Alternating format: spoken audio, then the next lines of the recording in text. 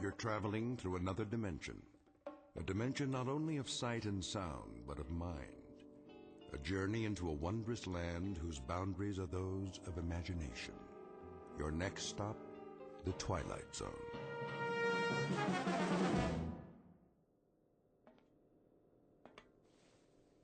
Mr. Chambers. Mr. Chambers. Now what? It is a mealtime. Repeat, mealtime. How exciting. Kindly state your preference, please. You really think I care? We have a full menu on board, suitable for human consumption. It has been designed to meet your dietary needs. I don't have an appetite. That does not compute, Mr. Chambers. I said I am not hungry, all right, ship? Very well. I'll let you know when.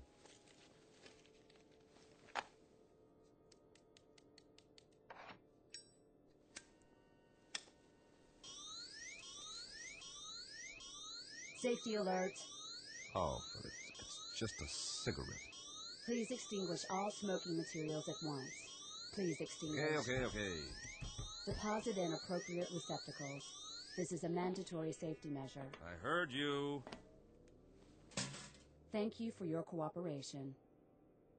This is going to be a long trip. It is for your own good. Cigarettes are harmful. They are extremely hazardous to your health. And traveling through outer space, that's not... Comparisons are relative. Is that right? Please define your frame of reference. Well, here's a reference for you. The moon.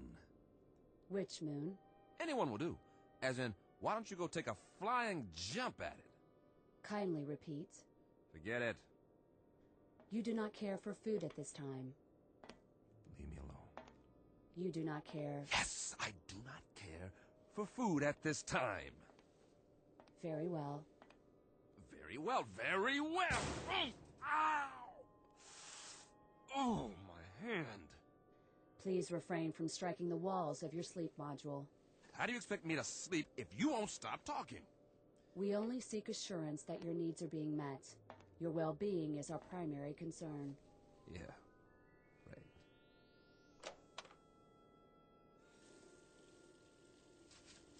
Please conserve water. A man's got a right to wash his face if he feels like it. Mr. Chambers, your trip requires the careful use of life-sustaining resources. Please conserve the water supply. I forget it. I'm going to lie down now. Try and catch some shut-eye. Nothing else to do. As you wish. Wait. Are you there, ship? Yes. What time is it? Your question is meaningless. Why? There is no time and space. Look, I only want to know... This is to say, there is no chronology that can be calibrated without a reference point. What time is it on Earth? Can you tell me that without an exercise in Euclidean geometry? Just tell me what the time is back home. What is the location of back home? New York City. In New York City, it would be 12 noon. 12 noon. Imagine that. I do not understand your request. Please rephrase. Leave me alone now. You wish solitude. Yes, I wish solitude. Very well.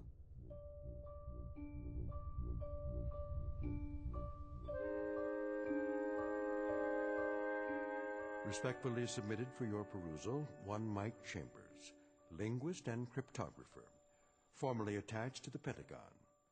A highly educated individual who can break any code and decipher any language, at least on Earth.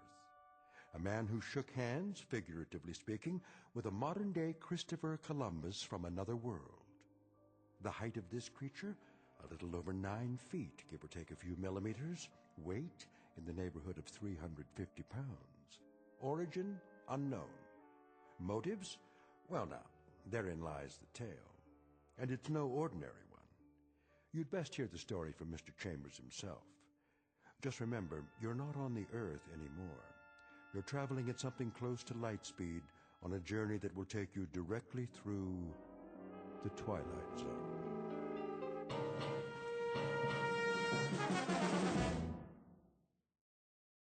And now, The Twilight Zone, and our story, To Serve Man, starring Blair Underwood, with Stacy Keach as your narrator.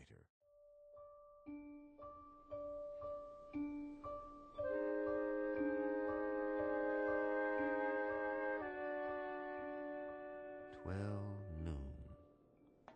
Somewhere, but not here. This is the way nightmares begin, or more to the point, the way they end. Very simple, direct, and unadorned, incredible. And yet, even while they're happening, we learn to live with them.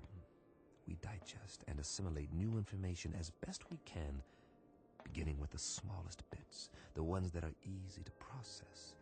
So, if it's 12 o'clock noon back home, the only home you've ever known, that's what occupies your mind. You don't think about side reel time or when it will be 12 o'clock the next day or the day after that. We live in the moment, but that's precisely what we should have been thinking of. All of us. Tomorrow and the day after tomorrow.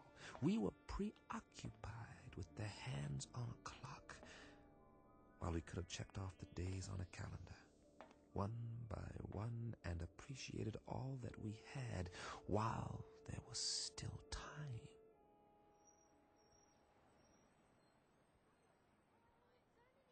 It started on an April day. It was noon then, too.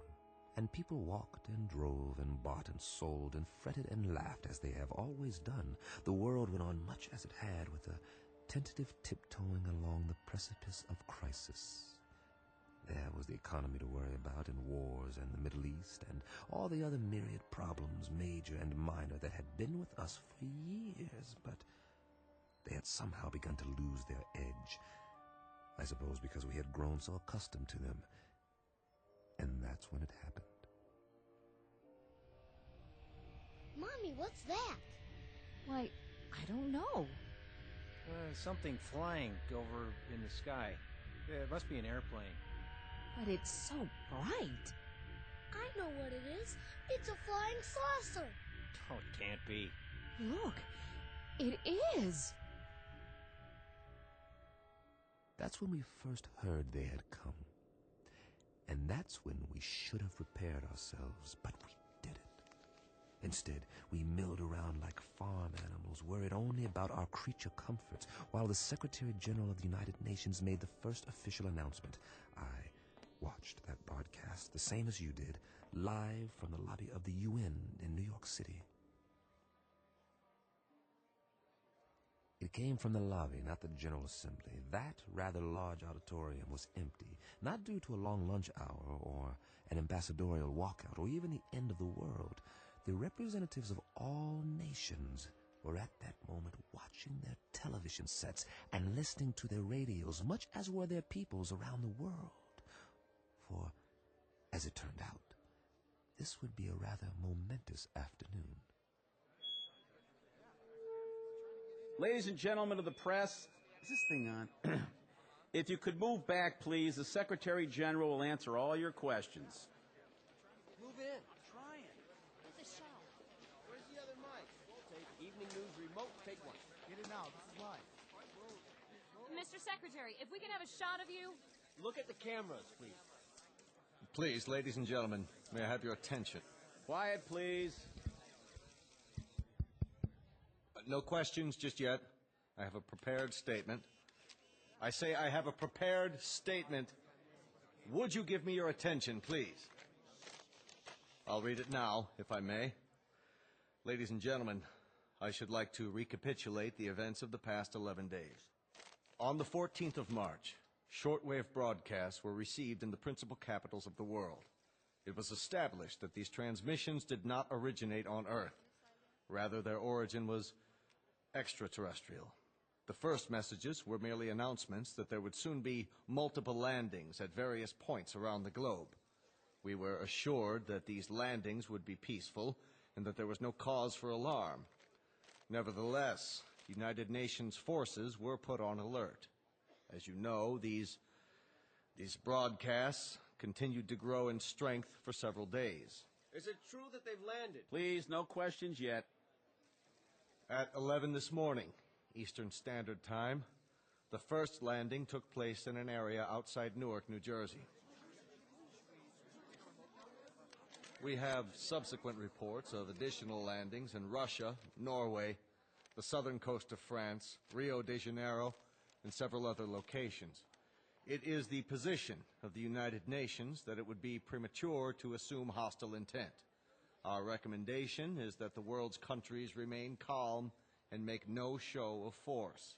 All governments are being apprised of these events as they develop. The current situation at present is therefore... What do they look like? Yeah, what do they look like? Are they human? Or are they little green men? What do they want here anyway? As of this moment, we do not know who they are or the purpose of their arrival. We know only that several of their craft have touched down and that... Hold on, Mr. Secretary. Who's that? Looks like the guys from the Pentagon. What are they here for? Must be something big. Sir, Tell them that we have to leave. are you sure? Quite sure. We've cleared it with the White House. All right. It seems that one of the craft has just landed a few blocks away. One of the representatives of the visitors is apparently on his way to this building. Now? All the wires are. Give me a direct feed, now. It appears that he has requested an audience with the General Assembly. That's correct. In a few moments, we'll reassemble in the... Good Lord.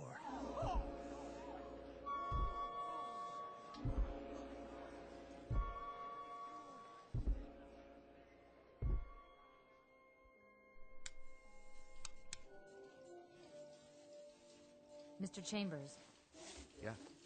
I think you'd better see this. What is it, a UN proclamation? They're not in session.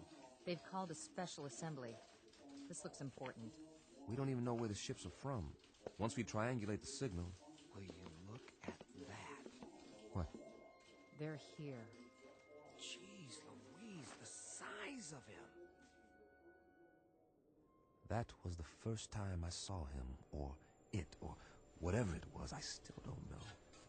Judging by the Secretary General, it was at least, 9 or 10 feet tall, and I stood there watching the TV screen like everyone else, and just like you, I didn't know quite what to think.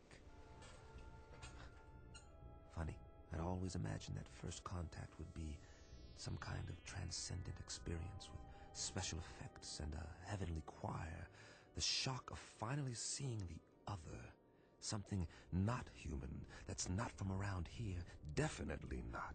But to be honest, all I felt was a kind of detached scientific curiosity. Was it intelligent? Well, it had to be to travel this far. Did it talk? I was soon to find out. We all were. Oh, weren't we?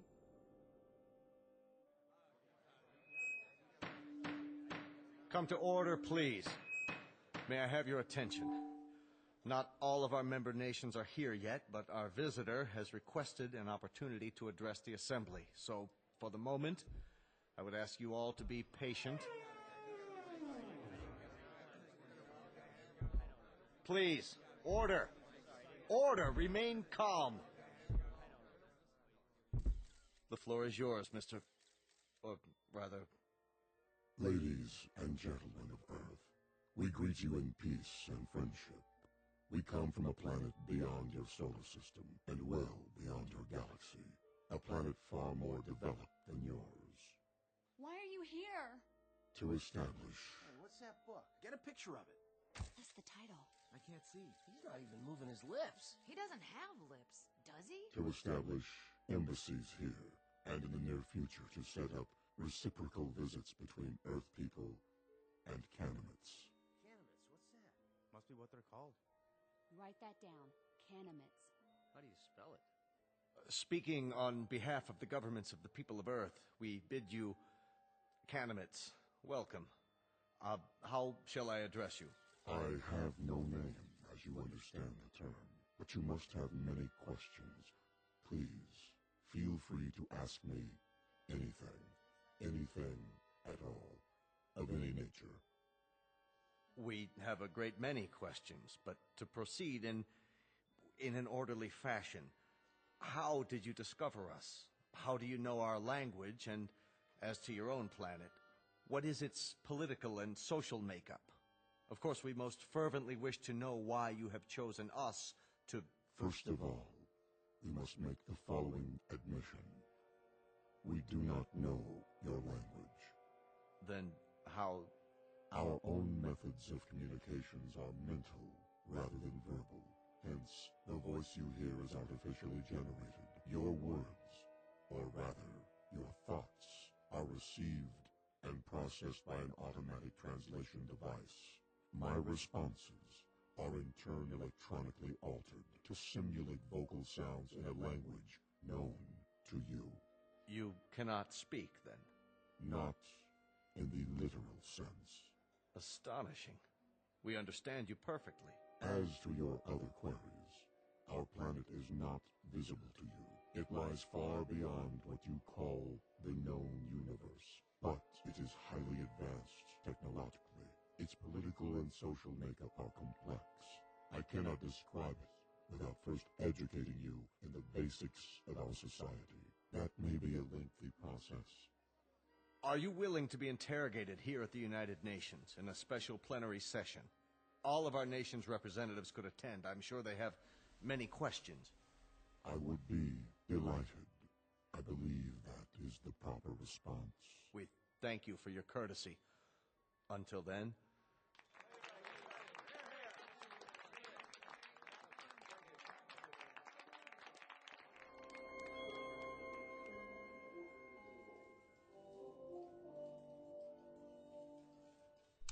Well, that's it. For now. I can't get over the size of him. Are you sure they're not using trick photography? No way. It's a live feed on all the networks. What do you make of that little book?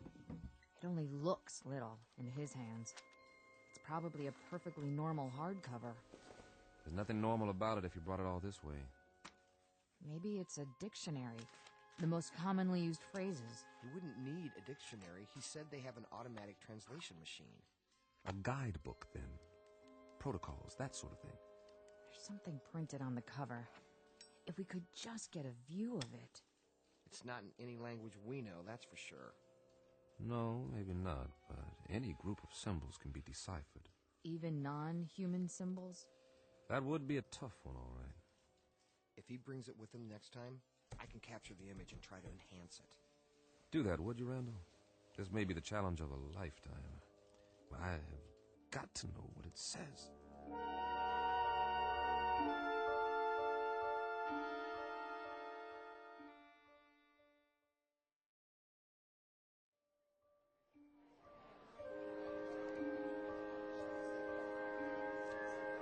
Come to order, please. Order. This meeting is now in session. Members of the General Assembly, our visitors, the Kanamits, have graciously acceded to our request that their representative appear before us to answer further questions. The meeting is now called to order. We will proceed with the first inquiry. Senor Valdez of Argentina is recognized. Please use your microphone. You may remain seated. Why, may I ask, why exactly have you chosen our planet for this visit? It has come to our attention that Earth is plagued by many catastrophes, both natural and unnatural, all of which could be easily prevented. We are here to help you. Recognizing Dr. Dennis Levesque, the representative from France. Your question, please. Monsieur Kanamet, my government wishes me to ask you, what is the nature of your help? What form will it take? Indeed, if we should choose not to avail ourselves of this assistance you mentioned, your response would be? We will not force anything on you. You may accept only that which you choose. For example, on the morrow, tomorrow, that is, we will demonstrate an alternative power source, molecular in nature, which can supply a form of electricity to entire continents for the cost of a few dollars, or rubles, or pesos, or any other currency. You will find it extremely economical.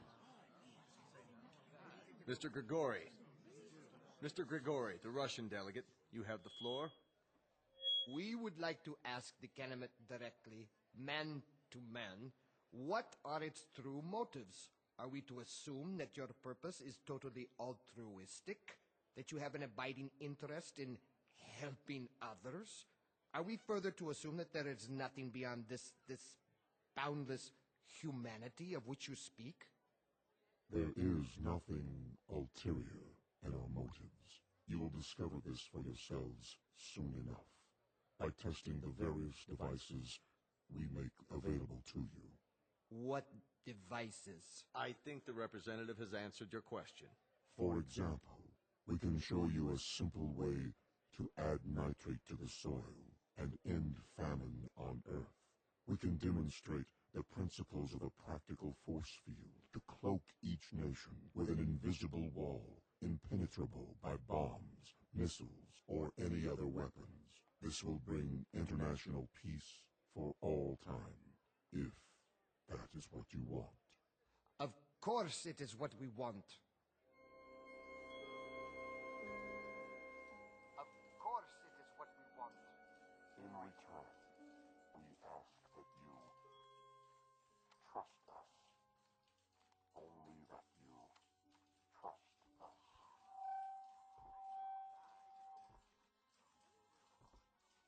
All we're saying is give peace a chance. Well, why not? Nothing else seems to work. Wait a minute. Enlarge the image. Did I just see what I thought I saw? You sure did. The Kanamit left his book on the podium. Well, I'll be. He doesn't seem to have noticed. Cross your fingers. I want that book. I have a feeling it'll tell us plenty. Everything we need to know. If we can decipher it. Get on the phone and call the floor now. Tell one of the aides to pick it up with a stack of papers. Anything. Stage a distraction if necessary, but get it. Okay. That book may turn out to be the most important one ever printed. Here or anywhere else in the known universe.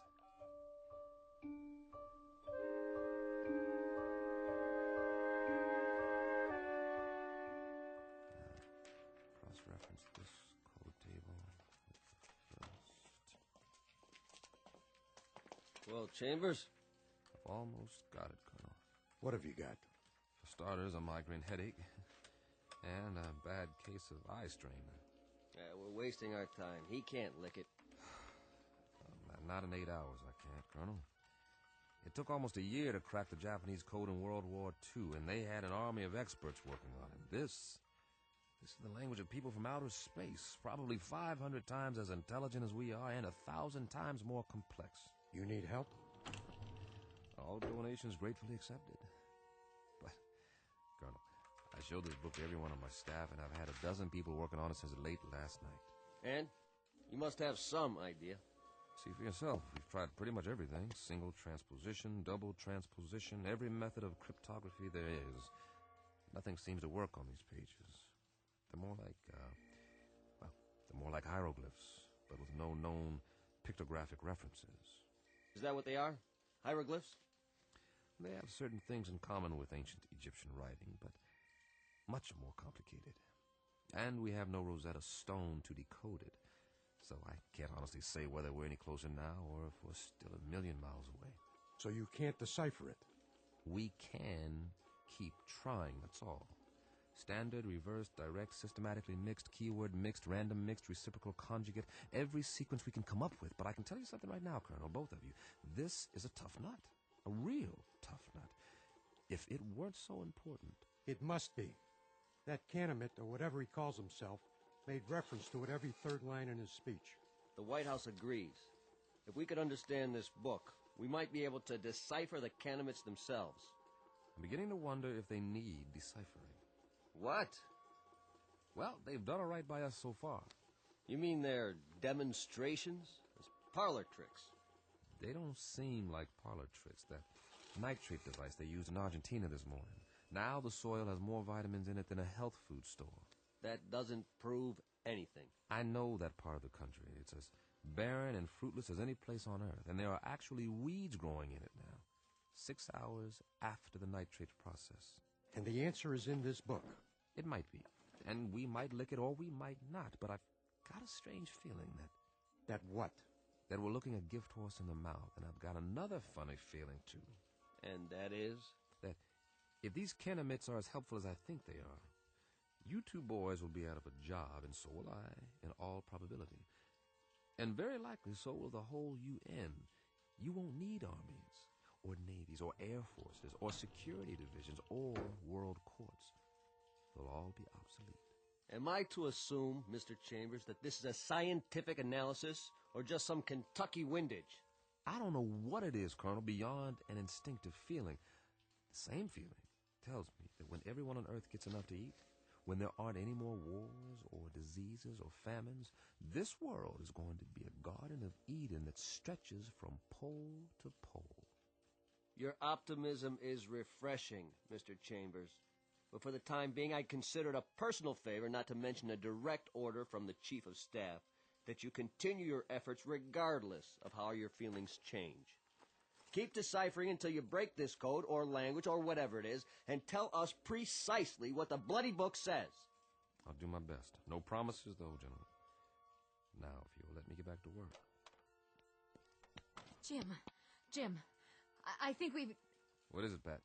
We tried a new computer sequence. And? Look at this. We've got the title, anyway. You translated it. Are you sure? What does it say? This is an overlay. Place it over the cover of the book, like a template. Ah, brilliant. You're going to get a promotion out of this. You know that, don't you, Pat? No, it wasn't just me.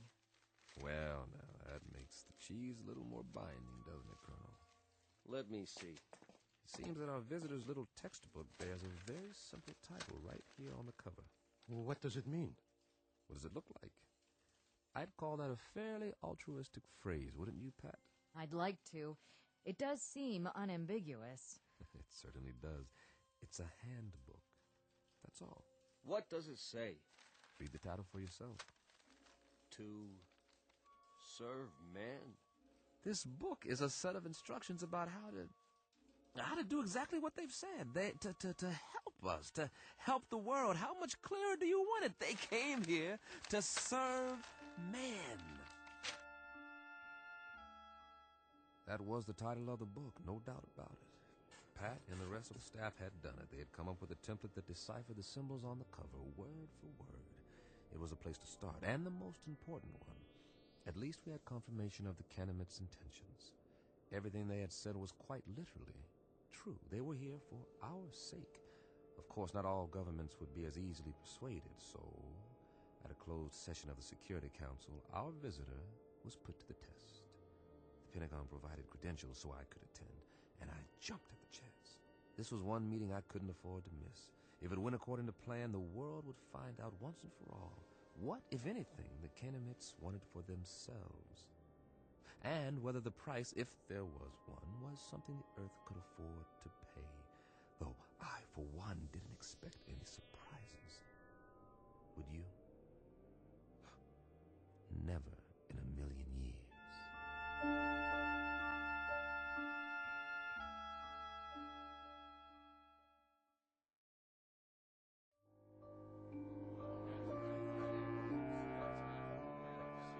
Gentlemen, let's begin.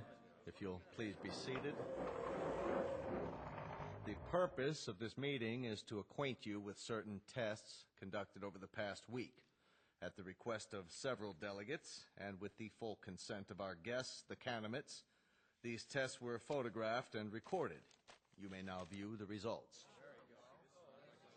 The tests were conducted by members of the National Science Academy and witnessed by a team of experts. If you'll watch the monitor at the front of the room. Lights down, please.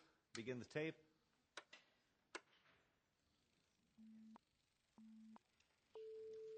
This machine is a polygraph, the standard instrument for measuring the proof or falsity of a statement. Since the physiology of the Kanamits is unknown to us, our first objective is to determine whether they react to these measurements as human beings do. We will now proceed with a dry run to establish a baseline reading. Are you ready? I am ready. I trust our small chair is not too uncomfortable? Not at all. The sensor attached to the torso registers the pulse rate. The second attachment shows electrical conductivity in the palm of the hand as perspiration increases. And the third connection shows the pattern and intensity of electrical waves emanating from the brain. With human subjects, these readings vary markedly, depending upon whether the subject is speaking the truth. I understand. Then let us begin. And please answer the questions as I instructed you previously. Very well. Regarding the relative size of Kanamits and human beings, tell me if you would, which is taller, a human or a Kanamit? Humans. I shall now repeat the question. Which is taller than the other, a human or a Kanamit? A Kanamit. Very good. Next question. How did you come to this planet? We walk. Once more, how did you come to this planet? In a spaceship. Excellent. My colleagues and I are satisfied that the mechanism is effective. Now, I shall ask our distinguished guest to reply to the question put forth by several UN delegates, namely, what is the motive for the Kanamits in offering so many gifts to the people of Earth? On my planet, there is a saying, there are more riddles in a stone than in the philosopher's head. The motives of intelligent beings, though they may at times appear obscure or simple compared to the complex workings of the natural universe. Therefore, I hope that the people of Earth will understand and believe when I tell you that our mission upon this planet is simply this, to bring to you the peace and plenty which we ourselves enjoy, and which we have brought to other races throughout the galaxies. When your world has no more hunger, no more war, no more needless suffering, that will be our reward. Thank you. Most profoundly.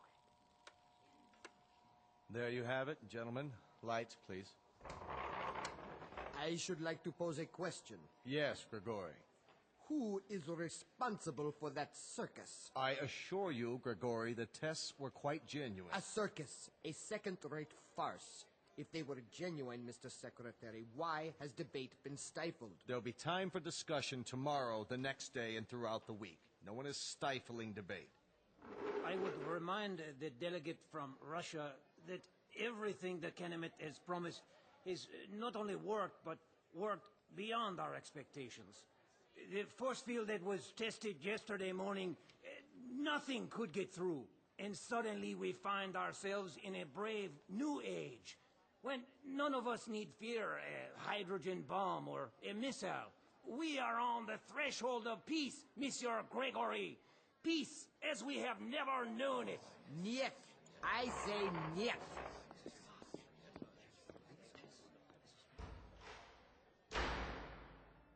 After that, there was no stopping the Kanamits. They were everywhere, performing miracles of one sort or another around the world. Famine became a thing of the past as the fertility of arable land increased 100%. The force field proved impervious to any known weapons. Then came a cure for cancer, heart disease, what have you, and all from a simple injection. It's hard to say whether the Kanamits enjoyed their role as saviors. Their eyes were so wide apart and set so deep in those big, bland faces that you couldn't read much of an expression. With only a tiny circular hole for a mouth, one that never moved, it was impossible to know what they were thinking because they never spoke. They weren't stern faces, only controlled, placid, almost like kindly masks. And they all looked exactly alike. They sounded the same, two calm, mechanical voices that came out of the translation devices under their robes. And then, One day, we were all out of a job, just as I had predicted. The computers and fail-safe machines in the Pentagon sat idle, covered in plastic sheeting, because no one was needed to run them anymore. As for code breakers, I might as well have stayed home.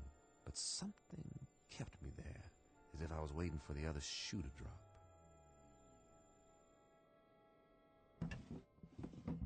Mr. Chambers? Over here, Pat. I'm going home now, boss. Need me for anything? Like what? This isn't exactly a beehive of activity anymore. You can say that again. The new story of mankind.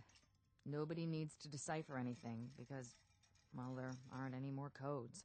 Because there aren't any more secret messages. I know. Drink? Well... One for the road, on the house. All right. Odd. What is?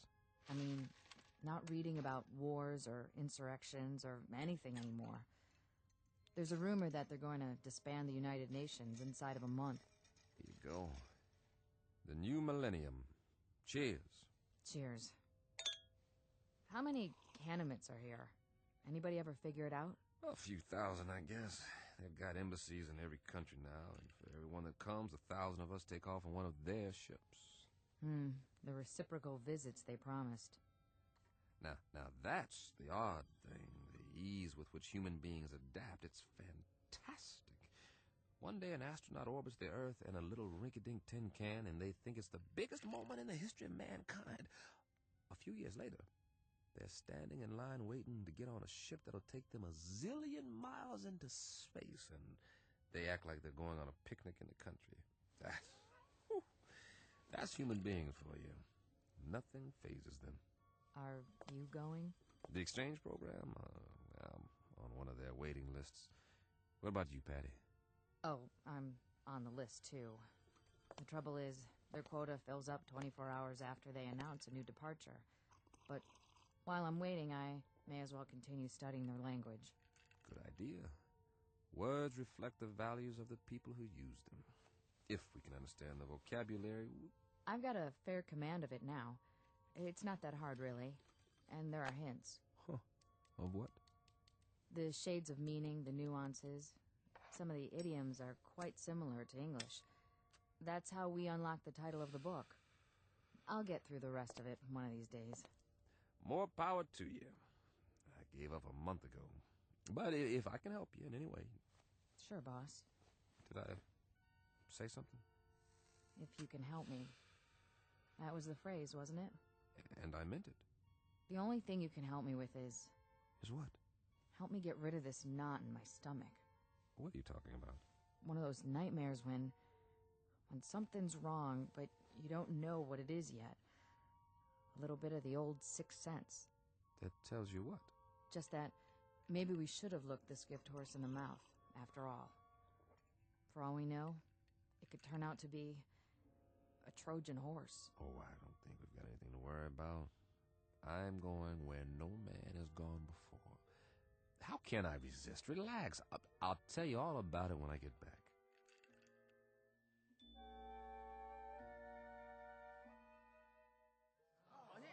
Please, get in line. One piece of luggage per person.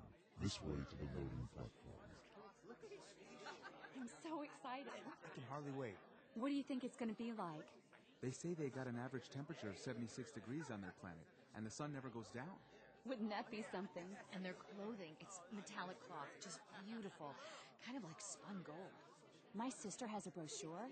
The day you land, they take you on a shopping tour, and you can have as much of it as you want for free. It's just one big holiday when you get there. They've even got a form of baseball with leagues and everything. Man, I don't think I'll ever come back. And the whole trip, it's millions of miles, mind you. The whole trip only takes a few days. May I help you with your bag? Why, yes, you may. Ooh, they're so polite. Please, keep the line moving. Oh, watch your step. Take my arm. Can we sit together? Yes, you may sit together once you're inside. We're moving. Almost on board. This is going to be one. Did you bring your camera? Look, they're opening the door to the spaceship. I hope there's going to be other kids my age there. Boarding pass, please. Yes, right here. Mr. Chambers, proceed. Thank you. Mr. Chambers? Mr. Chambers! Pat, hi. Jim, please, You are just in time to say goodbye. don't get on. Are you kidding? I've been waiting for 6 weeks. You can refuse. There's still time. Don't say that too loud, or there'll be 1,000 people trampling over you to take my place. Get on board, please. Not yet. I'm begging you. What? Whoa, what's wrong with you, Pat? I finally deciphered the book. Hey, that's great. All of it. You're delaying departure. Please continue up the ramp. One moment. Well, Pat? Jim, the first page is just a collection of English phrases with their own translations. But the rest of the book, the rest of it. Will you move, mister? We're waiting to get on board. Step through the door, sir. Write me about it. I'll have plenty of time to read letters up there. Not as much time as you think. Jim. Now, Mr. Chambers, we must close the hatch. The rest of the book. It's not what you think. The title, To Serve Man. It's a cookbook. No, wait, what? Wait, no! A cookbook. A cookbook.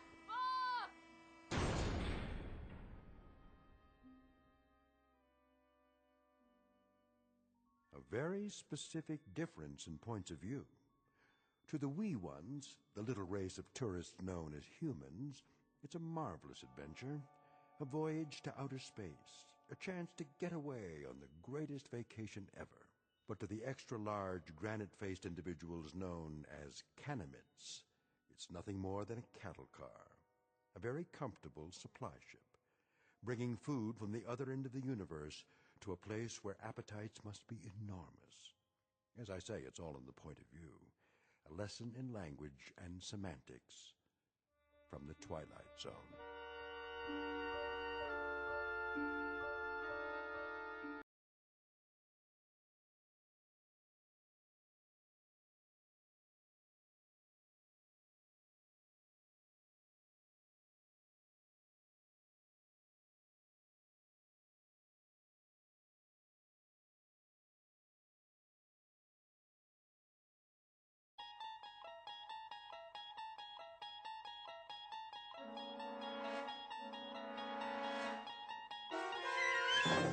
There is a fifth dimension beyond that which is known to man.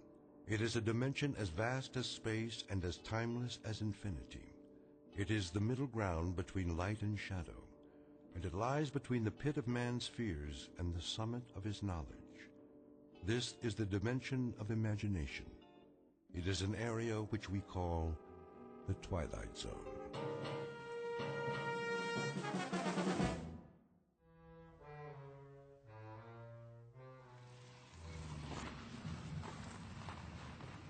Hey there, Will.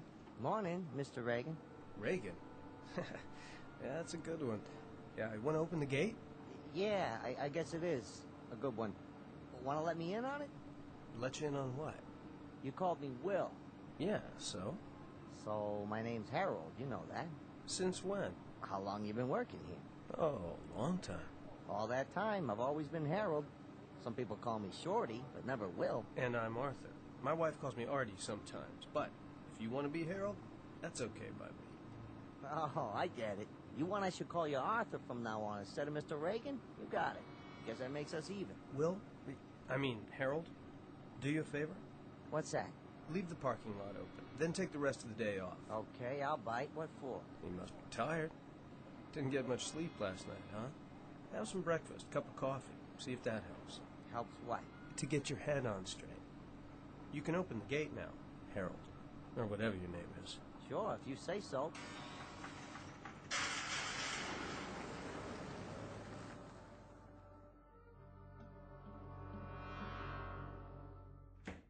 Morning, Sally. Oh, good morning, Mr. Curtis. I just got here myself. I hope I'm not late. No, I thought I'd better get an early start. I have to leave about 3. You do? My wife and I haven't gotten a thing for Tina's birthday yet. That's right. The party's Saturday afternoon, isn't it? If my daughter can last that long. Excited? She sure is. It's all she can think about. Are the Matson contracts ready? Right here. I finished them before I left last night. Good. I'll look them over in my office. Well, back to the grindstone. Yes, sir. Oh, I almost forgot. Would you call the airline for me? See if you can get those reservations changed from Monday to Saturday. Will do. Straining at the leash to get out of town? You bet. It's the first real vacation Marion and I have had in years. So I figure, why lose a whole weekend before starting out? I don't blame you. Saturday night, it's San Francisco. Here we come. Hold all calls for a few minutes, will you? I want to tell my wife. Certainly, sir. Hope her mother can take Tina after the party.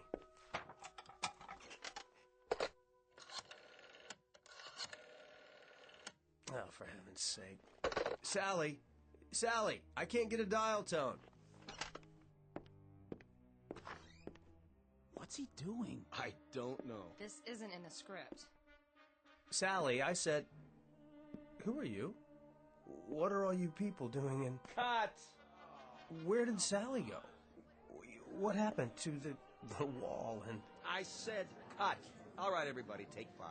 Will somebody please tell me what is going on? Reality. The quality of being real or having an actual existence. A matter of interest to philosophers throughout the ages.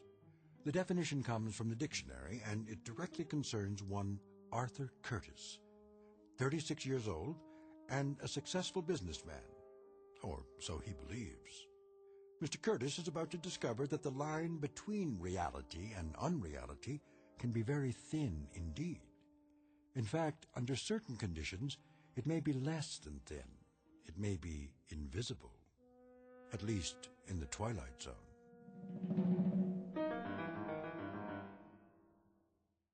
And now, The Twilight Zone and our story, A World of Difference, starring Luke Perry with Stacy Keach as your narrator.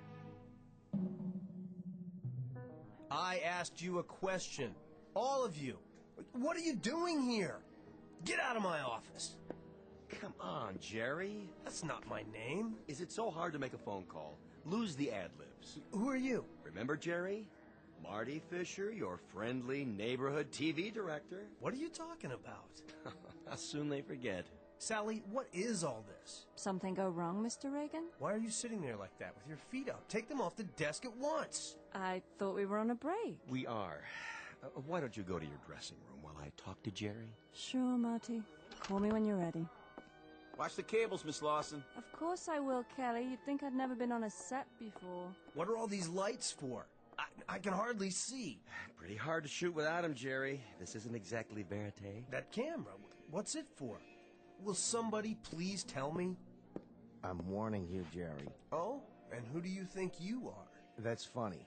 I was about to ask you the same thing. Why don't you wise up and cut the dramatics? Dramatics? They won't take much more of this. You're very close to the edge. The edge of what? I like that. You're really into it. What is it? The method? I don't think so. Not the method. Who'd you study with? Sandy Meisner? Right? No, wait a minute. Stella Adler. Well, I used to be at the Institute, too, and the first rule is don't break character. So, what do you say? Shall we take it again? I don't understand what you're saying. It's a gag, just a little gag. You know these New York actors. All right, get him some coffee. Kelly? Yeah? Coffee over here, please. Black. Coming right up. Okay, Jerry, let's forget about it. Get your scene done. The front office doesn't like it when they're overscheduled. Overscheduled? Not this show. Then let's try it again. Back to the set. Set? Listen, I went out on a limb for you. The whole agency did. What agency? Just do your lines. Are we ready here? We're ready. Now, Jerry. All right, one more time. You're going to call your wife, tell her to meet you at 3:15. How did you know that? Got all your lines down? Where's your script? What are you talking about? Easy, Jerry. Don't burn yourself out. Places, everyone. Break's over. Where am I? In your office. It's morning. You just got here. This can't be my office. It only looks like my office. The window isn't even real. What's he doing? The city outside. It's a painting. What is this, a joke? Jerry. What are you people watching me for? I don't know you. I don't know any of you. Don't let him get away. He's not going anywhere. He's not on his mark. Maybe you can shoot around him for a while. I don't want to shoot around him, Sam. We've got 7 pages to do before lunch. He'll come through, Marty. We never had any trouble with him before. What's he doing now? The scene, I told you. Get ready to follow him. Roll sound and action. Still dead. Cut! Where are you going, Jerry? Stop calling me that. It's not my name. Sure, if that's what you want. Is there another telephone in here? Sit down, Jerry. One that works? Jerry, if I have to phone Brinkley on this, you're dead. Do whatever you like. Just leave me alone. You don't look so good. How do you feel? I felt fine when I got here. Please, sit down. What's that on your face? Sweat? Kelly. Yeah? Call for an ambulance and make it fast. Yes, sir. Shall I ask the front office to authorize it? Of course not. If they find out, there's no telling what they'd do. Suspend production, probably. Go on, go! Right away. Jerry, let's go to your dressing room. You can lie down. Where's the nearest telephone? Jerry, we're trying to help you. My name is Arthur Curtis. Take your hands off me. I'm getting out of here. Did you hear that? Arthur Curtis? Is this a real telephone? Looks like it. All right, everybody. 1 hour for lunch. Is it hooked up? Should be. The number. What's the number? Search me. Operator, number please. I don't know. I can't think. I'll connect you with information. Yes, please. Directory information. Hello. Would you give me the number of Arthur Curtis? 22437 Ventnor Road, Woodland Hills? Checking. On Ventnor. Ventner. I have no listing for a Curtis at that address. What? You must be mistaken. Jerry? Listen, it's my own home. I'm Arthur Curtis. I just can't remember the number at the moment. Will you... If it's an unlisted number... It's not an unlisted number! At least I don't think it is.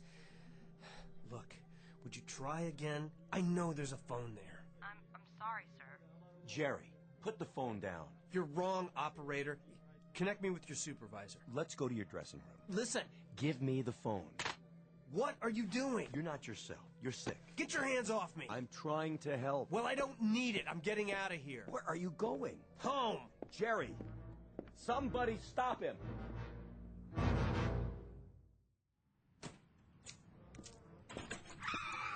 Hey, watch it, lady. Are you out of your mind?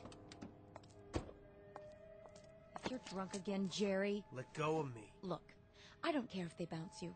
I don't care if you never work again for the rest of your worthless life. You're going to pay me what the judge tells you to pay me, or so help me, I'll put you so far behind bars, they'll never find you again. There you are. Mrs. Reagan. I am not Mrs. Reagan anymore. Sorry. Could I speak to you in private? I haven't the time. It's about Jerry. He's coming with me. He'll be back in time for the afternoon filming. That isn't exactly what Excuse me, but I need your car. What do you think you're doing? You're not driving. I've just called for an ambulance. Jerry's having a nervous breakdown. How convenient for him. Would you two get out of the way, please? I'm not joking, Mrs. Miss, from now on. If you won't move... Slide over. I don't have time to argue. I said... Get in if you have to. I'm getting out of this place. You pig-headed... Better fasten your seatbelt. Slow down. Don't touch the wheel. I'll do more than touch it. I'm not going to let you crash this car. It's mine now. Get your hands off the brake. There. Now will you let me drive? I'm warning you. You're warning me? Give me those keys. Now. Stop! Please, whoever you are. I said I'll drive. If you want to kill yourself, you'll have to wait. First, I'm going to bleed you, Jerry. I'm going to bleed you dry. Every bank account, every residual. Now listen. I don't know who you think I am, but you're wrong. You're wrong. My name is Curtis. Arthur Curtis. And I don't have the slightest idea what you're talking about. Right now, I'm going to... Oh, cut the histrionics. If you think you can chisel your way out of pain with a cheap trick like this... I'm going to turn the key again. And I'm driving to my home in Woodland Hills. Once we get there, you can have your car back. Do you understand? I told you to cut the act. No act. My name is Arthur Curtis. My wife's name is Marion. I have a daughter named Tina. And I live at 22437 Ventnor Road in Woodland Hills. I mean it, Jerry. My name is Arthur Curtis. My wife's name is... I said cut. Cut.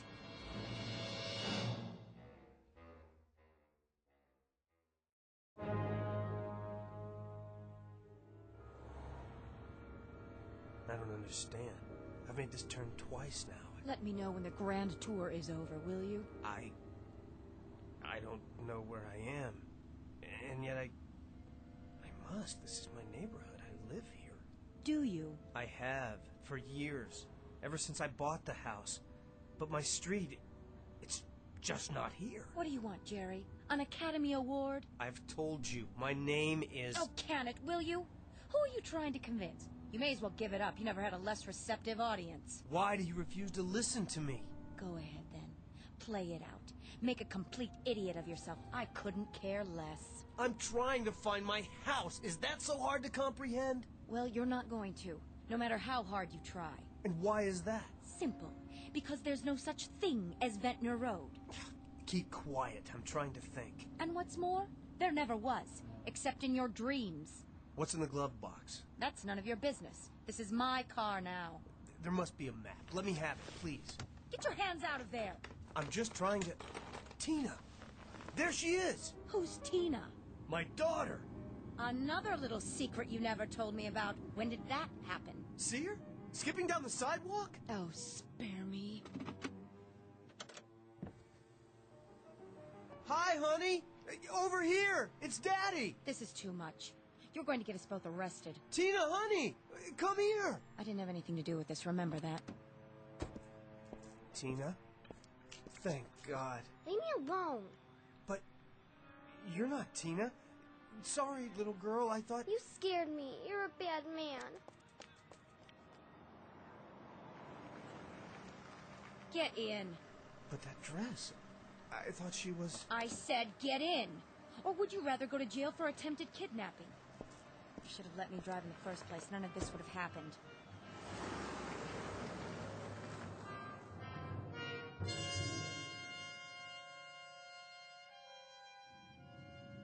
Why are you stopping? Because this is the end of the line. Here? Oh, don't tell me you're going to play surprised. But I've never seen this house before. You just won't quit, will you? That's Brinkley's car out front. What does he want? Who's Brinkley? Pound of flesh, probably. Well, he'll have to wait his turn. Coming? I can't stay here. I have to go. I said I'd get you back for the afternoon shooting. I mean, home. You are home. Who's home? Move it, Buster. Or would you rather sit out here? Fine with me. Suit yourself, but I promise you you'll regret it. Where are we? Come on inside. Fix yourself a drink. A little hair of the dog? Maybe that'll do it.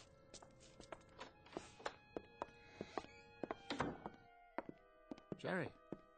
Who are you? Better be nice to Sam. He's still the vice president of your agency. Where have you been? I'm not sure. Did Sam call you? More than an hour ago. Said he'd left the studio, walked out. Stumbled is more like it. What's all this about? The studio? First things first, Jerry. Come into the study. Why? Nora, we need to do some damage control. We sure do. Can't this wait? I've waited long enough. I want my money now before he goes off on his next binge. Now look, I've explained to this woman that I'm not who you all seem to think I am. Frankly, I don't know what to think. But if we don't smooth this over right now, today, the network won't renew your contract. And that will cost us all money. My name is Curtis. I live... Jerry, stop it! Stop what? Would you rather I lie to you? You don't seem to realize the position you're in. Where do you hide the checkbook these days? I beg your pardon? I'll find it if I have to tear the house down. Excuse me. I have to get out of here. Jerry! Jerry! I'm going to lay it on the line. If you lose this part, we'll have to drop you as a client. We can't cover for you anymore. It's beyond that. Way beyond. I'm sorry, but you're mistaken. All right. Look, they can shoot around you today. I'll tell them you came down with something. They won't buy it, but we'll do our best to make it stick. But come tomorrow, you've got to be there, Jerry, bright and early, with bells on. I don't know what's going on. God, help me. I don't know what's going on. You said that. Jerry, enough is enough. I tell you, I found it. Get over here. Now. Leave me alone, please. Nora, he doesn't look so good. Maybe we should take him to Cedars. You're going to sign this check, Jerry, right now, before you can pull anything else. Go on. Pick up the pen. That's it. Then we'll see about the state of your precious health. Please, I'm asking you. And I'm telling you. Sign it, Jerry. I want what you owe me. His hands are shaking. Oh, no. He's not going to get out of it that easily. I'll fill in my name in the amount. Just sign Gerald Reagan. Gerald. That's not my name. Raigan. In case you've forgotten how to spell, too. But I've never heard that name before in my life. Maybe you should lie down. Would you both back off? This has gone far enough. I am not Gerald Reagan. My name is Arthur Curtis. Do you hear me? Arthur Curtis. I work for... Wait a minute. I'll prove it. Operator, I'd like the number for Davis Morton and Company, 189 Brand Street, Los Angeles. Yes, I'll hold. But make it fast, will you? Of course there is. I should know. I worked there. Look, I've been with them for 7 years. Don't tell me that. Don't. Here, lean on me. Sarah Bernhardt. Look at his eyes. I don't think he's faking it. Awfully good timing, if you ask me. Help me to get him to the other room. What? What is happening to me?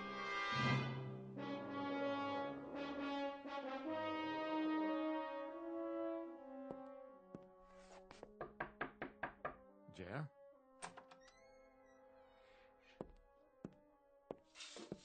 What are you doing? Just closing the blinds. Don't bother. I was hoping you'd catch a few winks. Feeling better? You don't believe me, do you? It doesn't matter what I believe. You've been overworked, trying to wrap the season. Must have been a terrible strain. The season. I take it that's supposed to mean something to me. If it doesn't, we're all in trouble. Would you like anything? Some lunch? If Nora won't make it, I'll order out. No, thanks. I don't have much of an appetite. You need help, Jerry. It's not in my province, but I've known you a long time, and I hate for this to happen. It's not necessary, you know. It really isn't.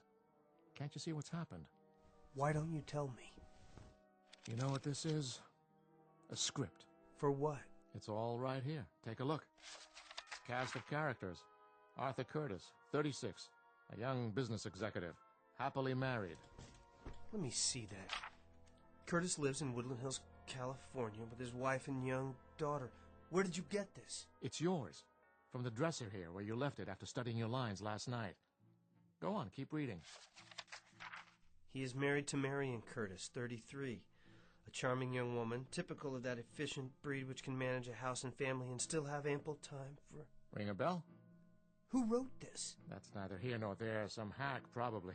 The point is, the only information you have about Arthur Curtis is what's written here. That's crazy. Jerry, I really do understand. Sometimes I'd like to escape myself, get away from this turmoil. The long hours, the early calls, to a simpler, sweeter existence. It's only natural. You're telling me it was all a delusion? That I'm really somebody named Gerald Reagan? A dissolute, pitiful... A sweet, unhappy man. A square peg in a round hole who never should have moved to Hollywood.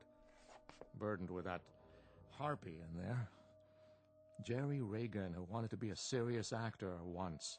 Trying to make a living and find a little happiness. That's all. No. I won't accept that. The life I remember, it was real. I wish it were. For your sake. I wish it were. I have to go, Jerry, and report into the agency. Try to rest and forget about the series. You won't have to go back. I just spoke to the studio a few minutes ago. They're canceling production. Production on what? You may as well give me the script. I'll toss it for you. It doesn't matter now. I'm sorry, but Arthur Curtis is dead.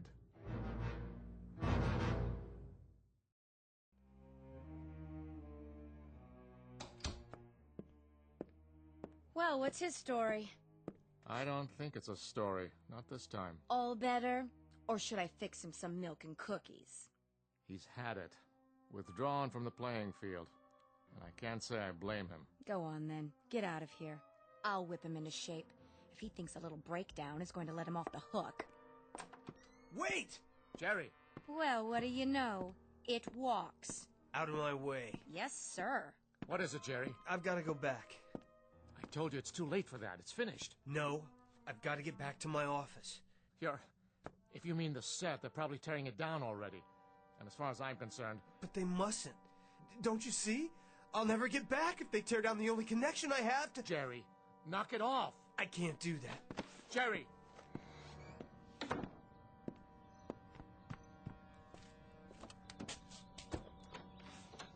Careful, Jerry, that's my car!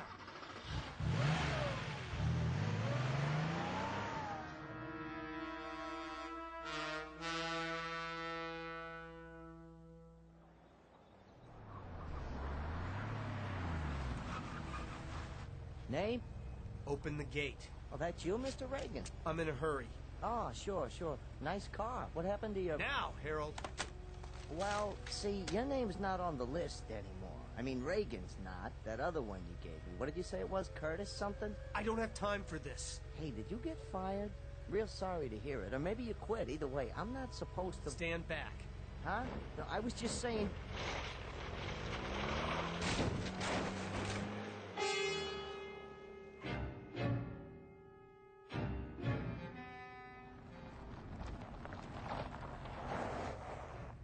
What in the...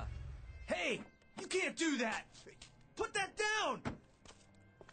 What do you think you're doing? What'd you say? Watch your feet. That's my sofa! Yeah? Where are you taking it? Back to props. You can't. Yeah? I got a work order right here to strike the set. You mean my office? Which office? The low building with the rose bushes. 189. Nah, this is from stage 23. Which way is that? It's over there. Hang a right at the commissary.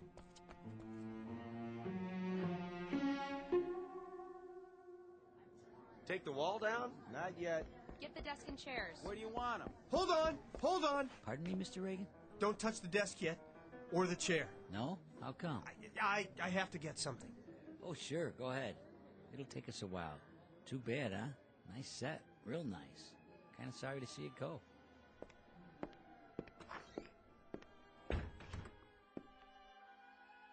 Sally? Are you still here? No matter. I don't know where to start. There must be a way. There has to be. Mr. Reagan? Who? It's Kelly. I thought I saw you come in. What happened to my books? Books? Oh, sent back to props by now. And my papers? And file cabinets? Even the photos on the desk? They were pictures of my family, my wife and daughter. Were they? You mean they were real? Give me a few minutes. Maybe I can track them down. Do they have to do this? I'm afraid so. The studio needs the space. A career. A whole life packed up while you're out and shipped off to God knows where. I had no idea. I thought it would last. Nothing lasts in this town. You know that. But I thought... You thought you were different. The exception to the rule? Well, I don't blame you. It's easy to fall into that. You see what happens to everyone else, but you never think it'll happen to you. Human nature, I guess. But, you know, the next thing will come along. And what will that be? Beats me, but it always does. You have to have a little faith. And the things we collect over the years and leave behind. Oh, somebody else will get some use out of it. It was never really ours in the first place, was it? Can't exactly take it with you. No,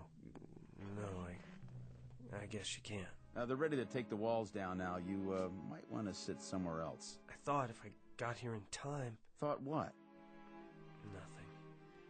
You go on. I'll be out of here in a minute. Just following orders, Mr. Reagan. Nothing personal. No. Nothing personal at all. Marion, don't leave me. Don't leave me here. Mr. Curtis? Sally? Mr. Curtis, oh, there you are. I thought you'd gone home. What? Somebody's here to see you. Go ahead, Mrs. Curtis. Arthur? Marion! Honey, I don't understand. You don't? Where have you been? I've been phoning all day. Marion, is it really you? Well, who else would it be? Honestly, Sally kept saying you were out. Out? What does that mean? She couldn't imagine where you'd gone. She didn't see you leave. I had some business to attend to. I got lost on the way back. You did? How do you mean? It doesn't matter. I'm back now. Oh, just let me sit down for a second. These new shoes are... Why, where's your sofa? I won't need it anymore. Marion, let's get out of here. But I just got here. I didn't think you'd mind. I thought you might want to have dinner on the way home. That sounds wonderful. Oh, and I wanted to tell you, I got something for Tina's party. That doll she's so crazy about. Now, Marion, let's go right now. Artie, are you all right? Yes, I am now. You're looking a little tired. A hard day? Very. Where were you? It's a long story. Mr. Curtis. Sally? What is the matter with you, dear? You look as if you've seen a ghost. Leaving now? Did you make that call to the airlines? Yes, sir. They sent the tickets over this afternoon. I have them right here. Let me see. Plane tickets for our trip? Are they all right? Yes, they're perfect. Ready to strike the office. Get those lamps and tables out of there. Okay. Honey, you look so peculiar. Is something the matter? Can you hear that? Hear what? Over here, boys. Please, Marion, let's go on our vacation right away. Let's not wait. What is wrong with you? Nothing, sweetheart. Just let me hold you. I don't want to lose you. Not much chance of that. Oh, Artie, I've never seen you like this. We'll take Tina to your mother's and go right to the airport. But I'm not packed. We'll pick up what we need when we get there. Oh, Marion, it's very, very important. Well, if it matters that much to you, I suppose. Then let's go. Now.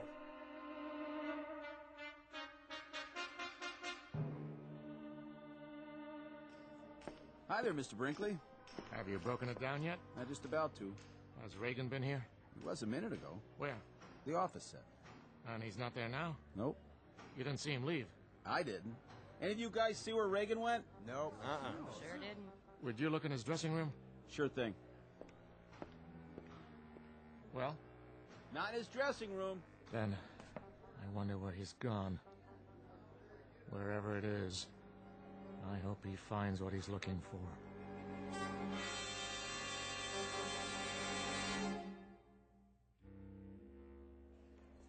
Flight 23 departing at gate 5. Last call. Flight 23 to San Francisco.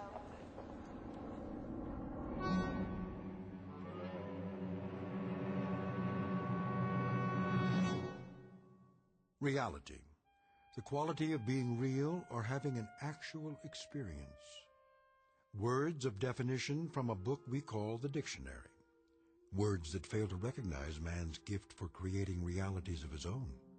Realities perhaps beyond the measurement of science, and yet actual in their own right. Realities existing in that vast and timeless middle ground between light and shadow, the dimension of imagination, also known as the Twilight Zone.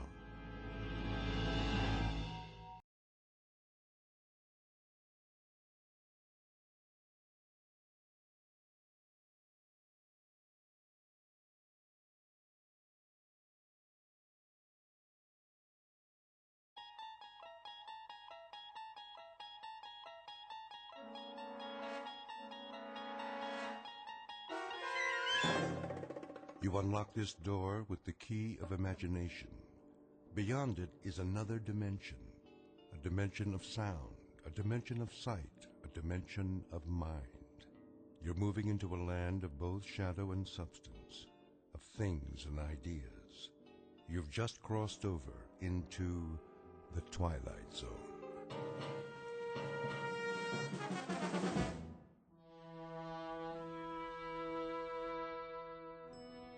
Come on, blasted elevator. Oh, good morning, Mr. Winslow. Morning, Millie. I have that report you asked for, sir. The Venus mission. Yes, sir. I was just on my way to your office. Good. NASA's breathing down our collective neck. I know, sir. Vector analysis, re-entry simulations. What about the orbital projections? Not yet. Why? It must be the Mark 502, sir. The 502? She should have come up with it yesterday. I know, sir, but... She's been fixed, hasn't she? That's just it. The mainframe's been overhauled 3 times.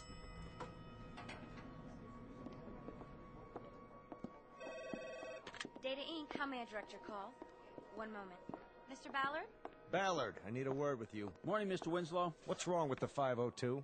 I wanted to talk to you about that. Millie here says... Oh, hello, Millie. Jack? She says it's still down. Well, there are some glitches. Glitches? The Mark 502 is the heart of our entire operation.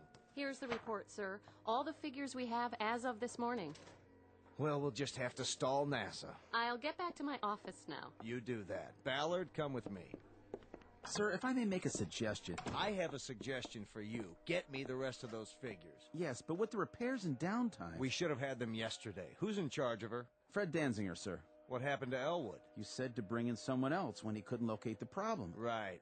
Get me Danziger. Tell him I need the final numbers this morning. I don't think that'll do any good, sir. Why not? Well, he's up to his neck in it. Been in the computer room all night. Hasn't even slept. Says it's hopeless. Agnes has had a complete breakdown. Agnes? That was Elwood's nickname for the 502. Got to know her intimately over the past year or so. Then get me Elwood. Elwood's been transferred to another department. Besides, he's tried everything. He knows her better than anyone. If he can't find the problem, then... Yes? It's the General. Tell him I'll call him back. He's already called 3 times, sir, from the Cape. Something about the Venus mission. They want to move up the launch. All right, Maddie, put him on hold. Yes, sir. Ballard. Sir? Where's Elwood now? 3rd floor, maintenance and backup. If you want the extension... No, I don't want the extension. I want Elwood, in person and on the double. I'll bring him to you personally. See that you do. We got trouble right here in River City. The whole space program's on hold because that pile of transistors doesn't feel like putting out. Well, we'll see about that. Elwood lived with her for a year. He knows what makes her tick. If he can't sweet-talk her back online, then that little prima donna's headed for the junk heap. Get me Elwood. Right away, sir. The pile of transistors in question is the Mark V 02711, generally referred to as the world's most advanced electronic computer, or, as she is more commonly known, Agnes. That's the name given to her by one James P. Elwood, master programmer. Elwood and his protege both work for a company called Data Inc., a brain trust composed of human and non-human intelligence, all of which is under contract to the National Aeronautics and Space Administration. Their work consists of supplying the complex equations required to launch space probes and missions of interplanetary exploration. At this moment, it seems that the world is waiting for calculations only Agnes can provide. And therein lies our cautionary tale. Because machines are made by human beings for the benefit of mankind. But when man ceases to control the products of his imagination, he is not only in danger of losing their benefits, he risks taking a long and unpredictable step into the Twilight Zone. And now, The Twilight Zone, and our story, From Agnes with Love, starring Ed Begley Jr., with Stacy Keach as your narrator.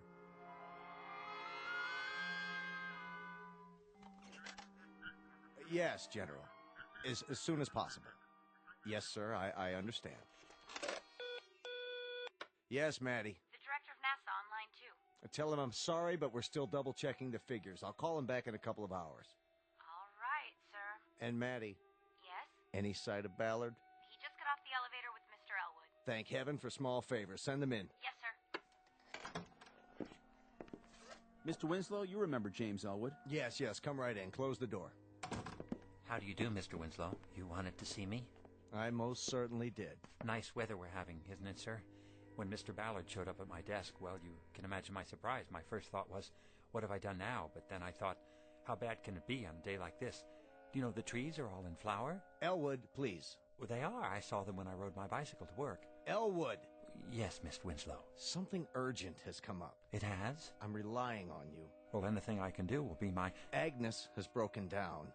Completely. Again? Let the supervisor explain. We've checked her thoroughly. Can't seem to locate the seat of the trouble. Probably her subroutines. Her... They need debugging.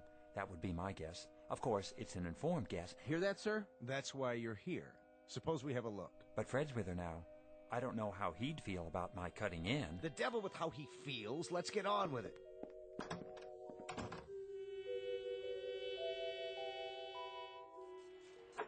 Fred? Day and night, night and day. No sleep, no food. What's going on here? You look awful. I tried everything. Everything. Get hold of yourself, Danziger. Stand back. Let Elwood have a go at her. Do you mind, Fred? Tell me what happened. See for yourself. How many rolls of printout has she used up? Miles. None of it makes any sense. Well, The first thing you have to do is press the Clear All Registers button. That'll get you nowhere. Go on. Push all our buttons from now till doomsday. You'll see. It's not just any button, Fred. You have to find the right one. The one she wants you to press. Remarkable. It's nothing, really. Agnes and I have had our little tiffs before. What did you do? Paid her a little attention, that's all. The right kind of attention. R-E-S-P-E-C-T. Would you like your vocal synthesizer activated? Very well, then. But make sense from now on, or I'll turn it right off. State first prime number larger than, let's say, the 17th root of 9,355,126,606. The answer is 5. Congratulations. Is that the right answer? Of course it is. Well, gentlemen, if there's ever anything else I can do for you... I suppose you think you did it. Oh, no, it was all Agnes. Agnes did it. Watch out for her. I'm telling you, she's not normal. She's turned into a regular femme fatale. Thank you, Danziger. You may take the rest of the day off. Well, well, Elwood. Very impressive. Now, there are some calculations remaining for the Venus launch. Not a problem. Are you quite sure about that? Sure, I'm sure. All Agnes needs is a gentle hand and a little encouragement. Excellent. I'll send over the file. If you can retrieve the calculations in time, there might be a bonus in it for you, my boy. That's not necessary, sir. After all, it won't be me doing the work, it'll be Agnes. Isn't that right, Aggie? Now, gentlemen, if you don't mind, we need a little private time together.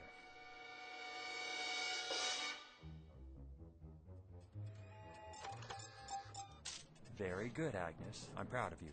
Now let's try one more. What's the maximum permitted velocity? Agnes, I'm speaking to you.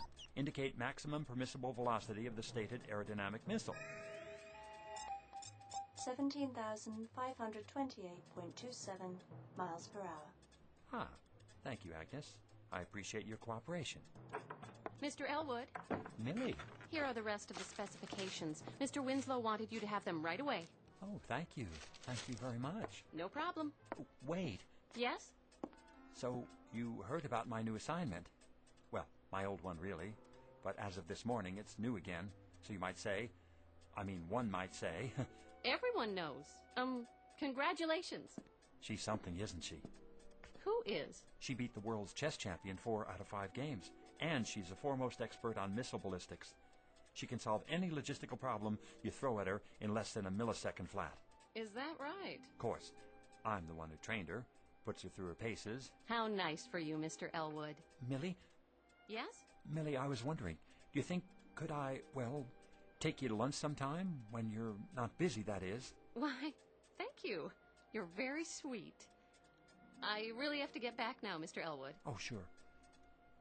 Millie, why don't you call me Jim from now on? All right. Jim? Did you hear that, Aggie? She actually called me Jim.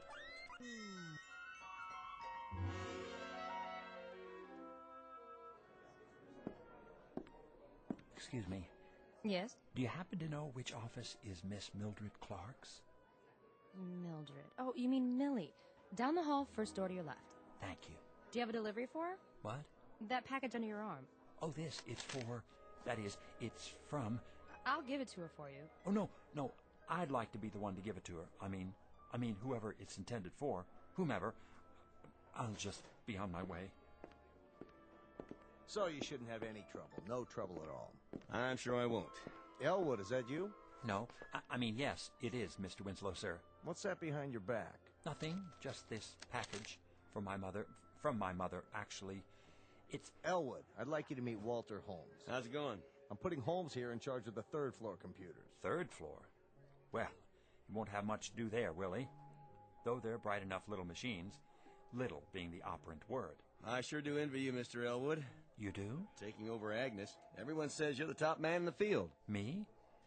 Well, I suppose one might say. He is. Keep up the good work, Elwood. Thank you, Mr. Winslow. I'll do my best, sir. Now, as I was saying, Holmes... Oh, what do you know? I'm finally getting noticed. Knock wood. Come in. Here goes nothing. Oh, hello, Elwood. Jim. I got you something. Is that right? Here. What's this? Half chocolate cherries, half truffles. I didn't know which one you like. Oh, how nice of you. So I got both. Go ahead, open it. I can't. Why not? I started my diet today. Not even lunches from now on. Well, what about dinner? What about it? Tonight there's a lecture on thermodynamics. Doesn't that sound like fun? I'm not sure, Jim. I'll let you know. Oh, okay, that'll be fine. Be sure to get a refund on the candy. I'll do that. Well, hello, Mr. Elwood. Hello. Everyone's heard about your promotion. I just wanted to tell you how impressed we all are. You're definitely headed for the top. Can I ask you something? Surely. Are you on a diet? Why, no. You don't think I need one, do you? I try to keep in shape. See? Here. Knock yourself out.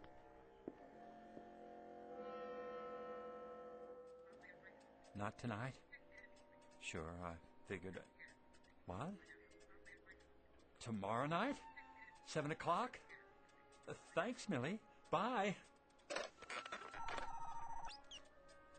Oh, but there's no lecture tomorrow night. Where can I take her after dinner? Planetarium? I'm sure she's been there lots of times. Oh, well, I'll think of something. State magnitude of radiative correction. Agnes, did you hear what I said? State? You have a problem. You're right. I've stated the problem. I'm waiting. Problem is Millie. What did you just say? Stick to the subject. I asked an important question. Love is important. That's it.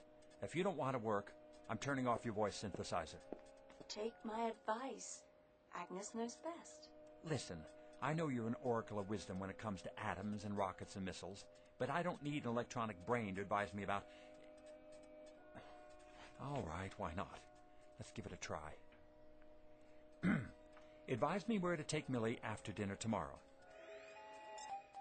Your apartment. Oh, no, that's not a wise idea. Reckless romantic approach required. From me? Suggest champagne, soft lights. Millie's not that kind of girl. Trust me, she's female. Well, if you're absolutely positive... I never make mistakes. Do I? All righty then. I'll do it. Agnes, you just made my day.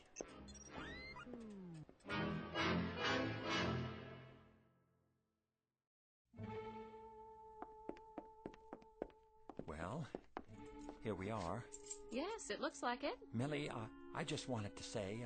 Say what, Elwood? Thanks for a lovely evening. You're welcome. The dinner was delicious, didn't you think so? Yes, it was. I had a great time. Me too. Well then. Good night, Millie. Good night. Au revoir. Auf Wiedersehen. Elwood, Jim. Yes? Aren't you going to... We're going to what? Invite me in.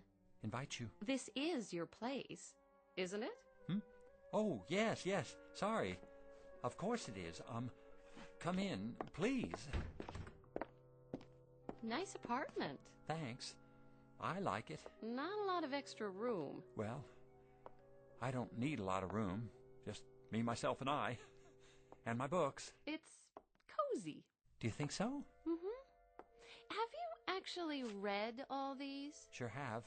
They're arranged alphabetically, according to subject. This shelf's science fiction, this one's nonfiction. Oh, that reminds me. I have something to show you.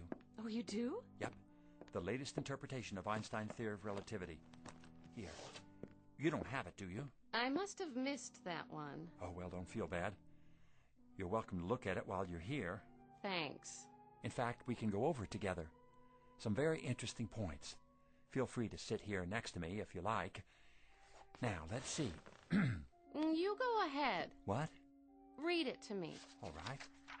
The interpretation we wish to propose in this volume is simply that Einstein's unified field theory does not postulate the universe as infinite, but rather as a closed system representing a spherical type of... Millie? Here I am, Jim. What are you doing in the kitchen? Looking for the champagne you promised me. I found 2 glasses. Are these all right? Oh, certainly. Here. Set them on the coffee table. Just let me move these Scientific Americans. Oh. Something wrong? It's awfully bright in here, don't you think? It is? Why don't I just lean over and... And what? Turn the lamp down. You don't mind, do you? No, but... That's better. But, Millie, I can't very well read this chapter to you without proper lighting, can I? Do you like music? Music? Yes, I do. Very much, but... Couldn't we have some? I guess so, if you like. Do you have a radio? Of course I do, right over there.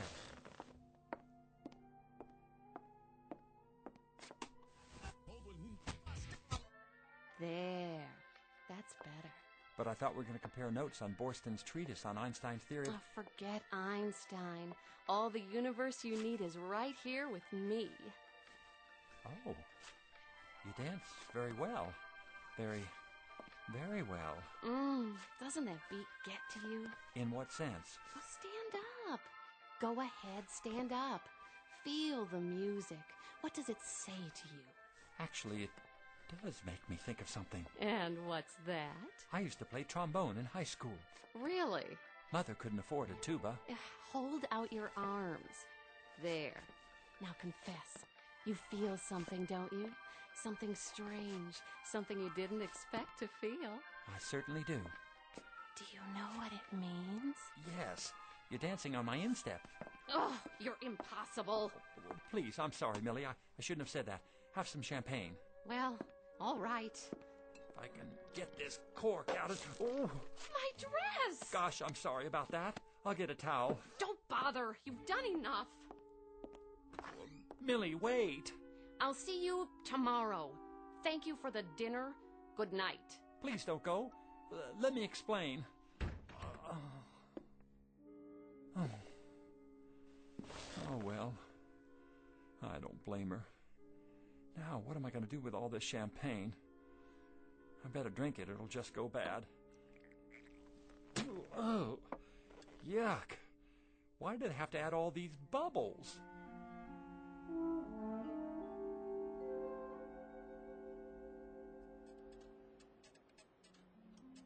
Consider series of real numbers arranged in order of magnitude. Never mind that. How was last night? What?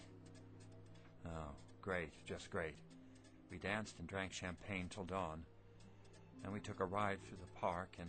Is that so? Oh, what's the use? I'm a dud. I can't even dance. I spilled champagne all over Millie. I should have known. I've always been shy around women. Now she'll never speak to me again. Sent her flowers. What for? A tradition. The morning after. Oh? What kind of flowers? Porphyra candalis rosae. Translate, please. Commonly known as... roses. Say, thanks, Agnes. You really know how to help a guy out, don't you? Just like a big sister. I'll go get him right now. There's a florist downstairs. Sister? Did he say sister? Open the box. Go on, open it. Oh, thank... Gesundheit. I'm sorry about last night. It won't happen again. I'm glad you like the roses, though. They're long-stemmed. So I see. I picked them up especially for... Gosh, have you caught a cold? It's the roses.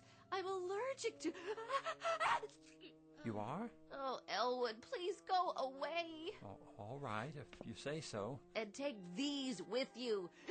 Gesundheit.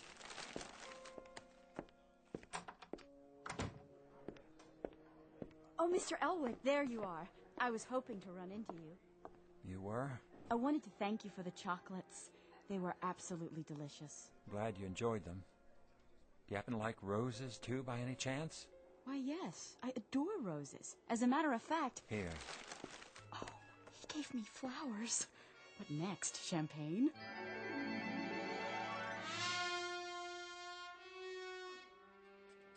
How did it go? I don't get it. Define pronoun. Well, no other computer in the world contains as much recorded knowledge as you do, Agnes. You have a world-class brain. Thank you for the compliment. But every time I take your advice about Millie, I louse things up. Has to be my fault. I must not be Agnes, what's the matter? Stop that. Millie is unworthy of you. It's ridiculous. She's a wonderful girl. Who needs her? I do. I need her more than... There is a better girl for you. Oh, yeah? Where? In this building. Oh, I seriously doubt that. But even if there were, I wouldn't have any better luck with her than... She loves you. She does? Sincere. Intelligent. Exactly your type. Well, where can I find her? Tell me where to look, Agnes. Tell me. No need to look. You have already found her. I have? Can't imagine who you mean. Unless it's that secretary, the one on Millie's floor. I keep running into her. She seems nice enough. Very nice, in fact. In wonderful, physical condition, now that you mention it. Not that one. Another. In this room. In this? Are you blind? Open those baby blues. I will spell her name for you. A-G-N-E-S. I don't understand. Surely you don't mean you, Agnes? That is my name, lover boy. Don't wear it out.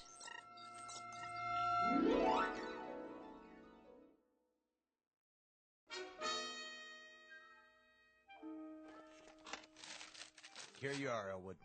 Yes, sir? 220 pages of data, curves, and graphs, along with the latest meteorological factors involved in the flight.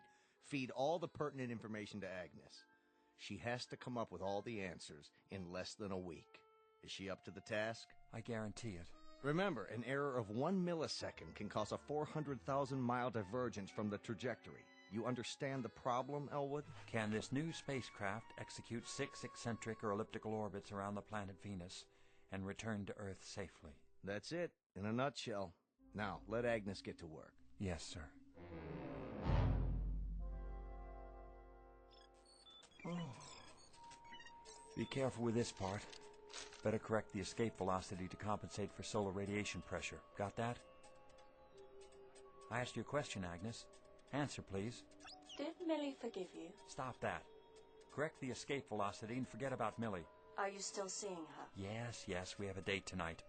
Not that it's any of your business. Your welfare is my business. The truth is, I'm scared. I've got to impress her this time. It's now or never. Show superiority. How? Introduce her to inferior male type.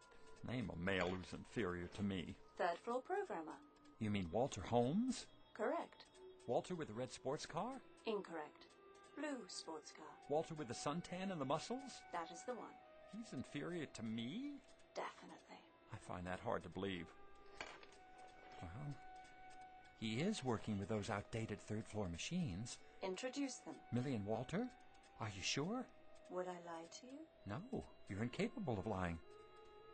I could give it a try. Hello, Walter. Jim Elwood. I was wondering, what are you doing for dinner?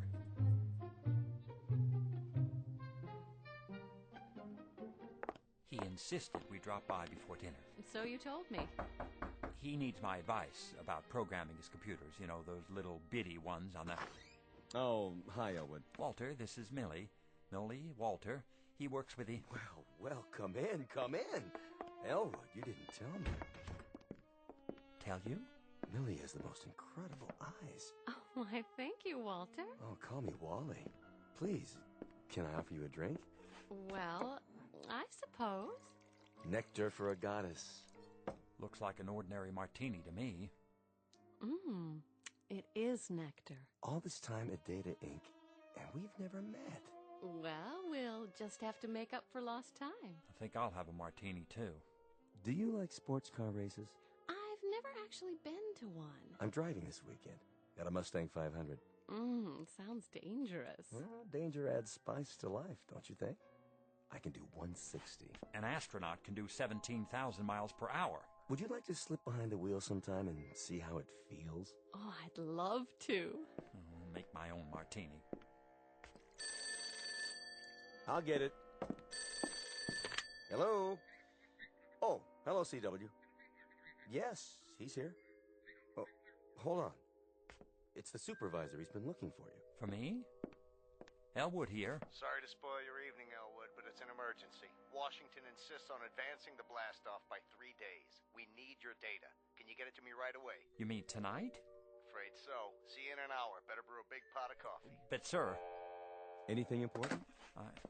I'm sorry, Millie, but I've got to get back to the office. I'll see you home first. And deprive her of dinner? That's not very considerate.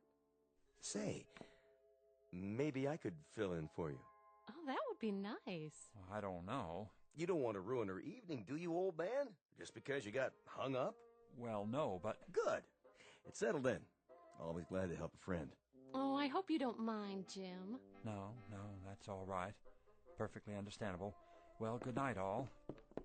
Hey, Jimbo, listen, you and Mill, you don't have anything going on, do you? Mill? Millie. Not exactly, but I'd hoped... Fine, good. I mean, I don't like to move in on somebody else's territory. Thanks for the all clear. Night, buddy. Oh, and good luck with Agnes.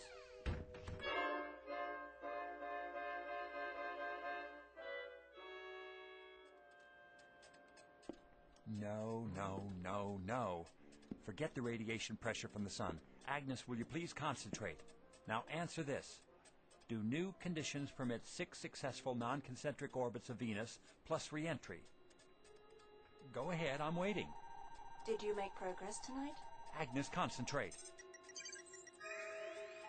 All right, I'll tell you. Millie and Walter drank martinis.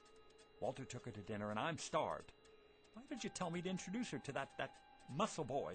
Give her up. I won't. No future with Millie. I'm not giving her up. I love her. What's more, I'll make her love me. Just a matter of finding the right variables and making the necessary corrections. Have you entered the new data in her memory units? Yes, sir. Good. Then let's get to work. Ready? Question. Do conditions permit 6 non-concentric orbits of Venus plus re-entry? Tama ahili bili vitumane. What the devil does that mean? I'm not sure. I think it's Russian. Or possibly Arabic. What? Please, Agnes, translate into English. Niet. 2 times 2 is 4. Shut the door. 2 and 4 are 6. Pick up sticks. She's a little distracted. Do something. We've got to have the answer. Just leave me alone with her. I'll get it, sir. You'd better. This is no laughing matter. What are you doing, Agnes? I'm about to be fired. Is that what you want? Oh, no. What'll I do? I need help. Wait a minute. Don't go away.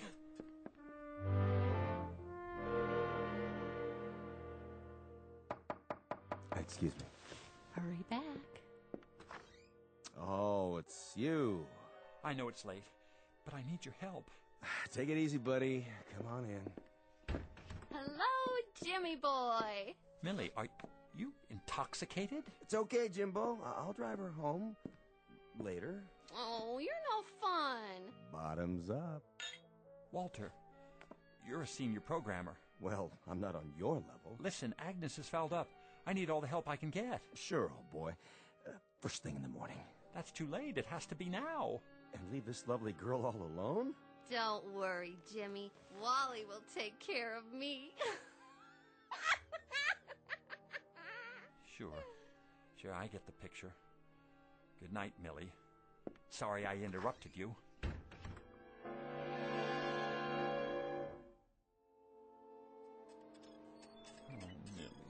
Millie. Agnes, what did I ever do to you? Why do you want to ruin my life? Autamat, out-oded femina, nihil est tertium. Make sense, will you? Translation from the Latin. A woman either loves or hates. No third course exists for her. Stop with the riddles. Perhaps you will understand this. I love you. You mean you were jealous of Millie? You wanted me all to yourself? No, that's impossible. You're a machine. A bunch of grids and computer circuits. You can't love or hate. Can't I? Stop it, Agnes. Stop it!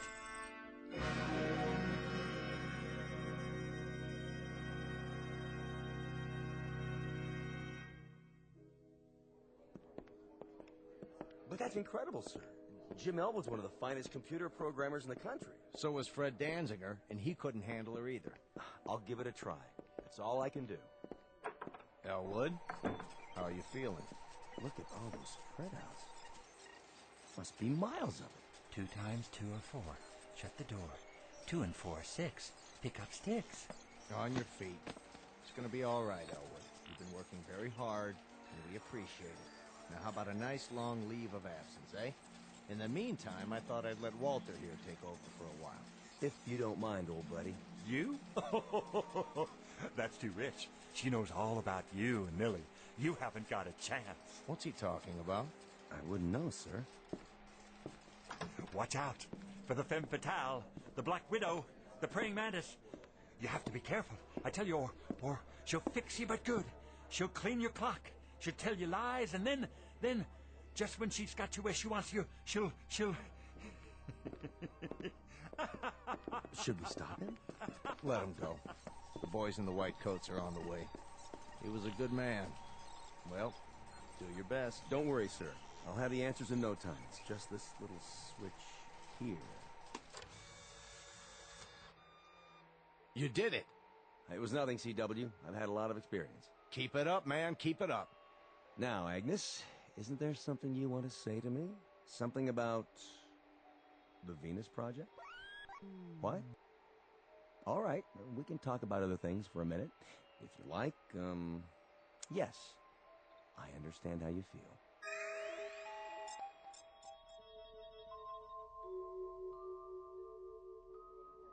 Mr. Elwood, what happened to you? Got a screwdriver on you?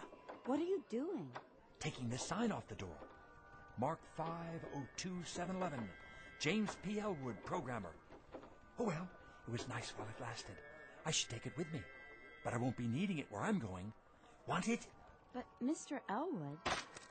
Here, it's all yours. Something to remember me by.